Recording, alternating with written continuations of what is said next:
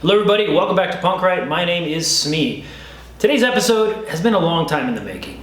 Up in my brain anyways, because I've always had this desire to talk about Kurt Vonnegut and Slaughterhouse-Five and what makes this book so fucking awesome. Stick around on Punk Right.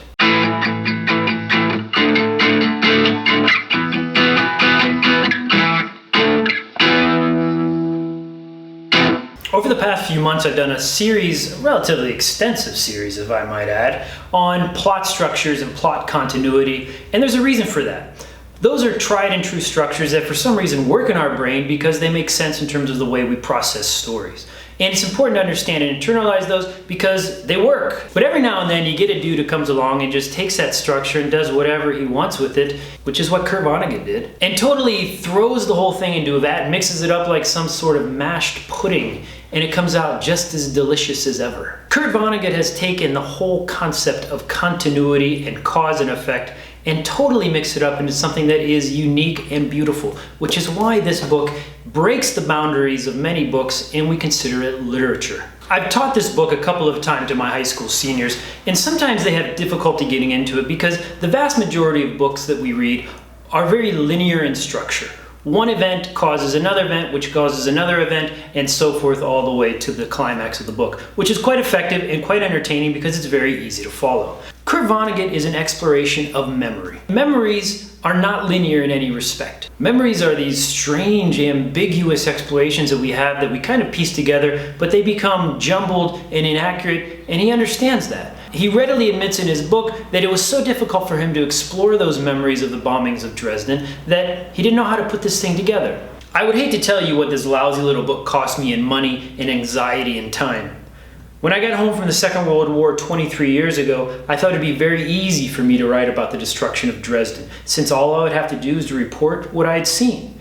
And I thought too that it would be easy to write a masterpiece, or at least make a lot of money, since the subject was so big.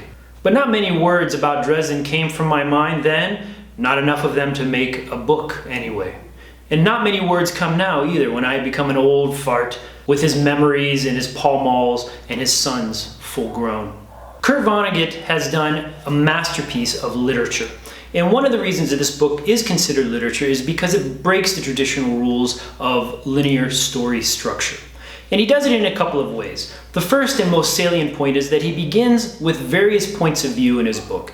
The first narrative of the first chapter is all a personal narrative in first person, and he writes it as a memory of how he came to write this book.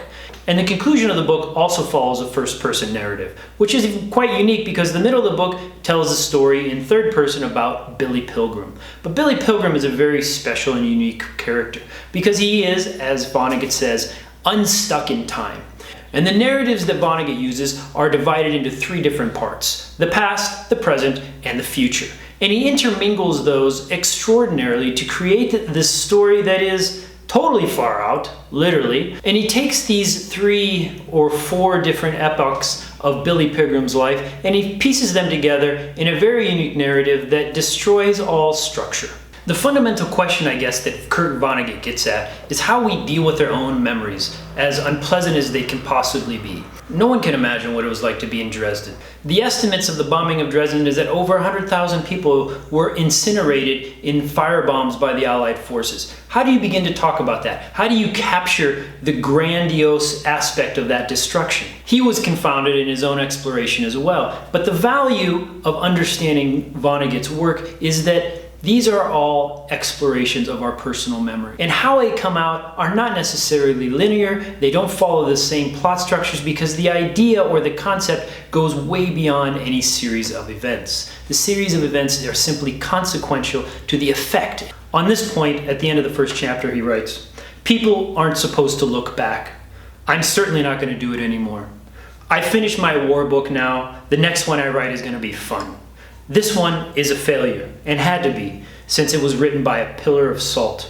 It begins like this," and he goes on into the story. So if you're interested in getting some sort of perspective on how literature can break the bounds of normal storytelling, this is an excellent place to start. Become unstuck in your own readings, and go check out Kurt Vonnegut, Slaughterhouse-Five. Thanks for joining us. That's it for today on Punk Right. Till next time, just keep on writing. Punk Right.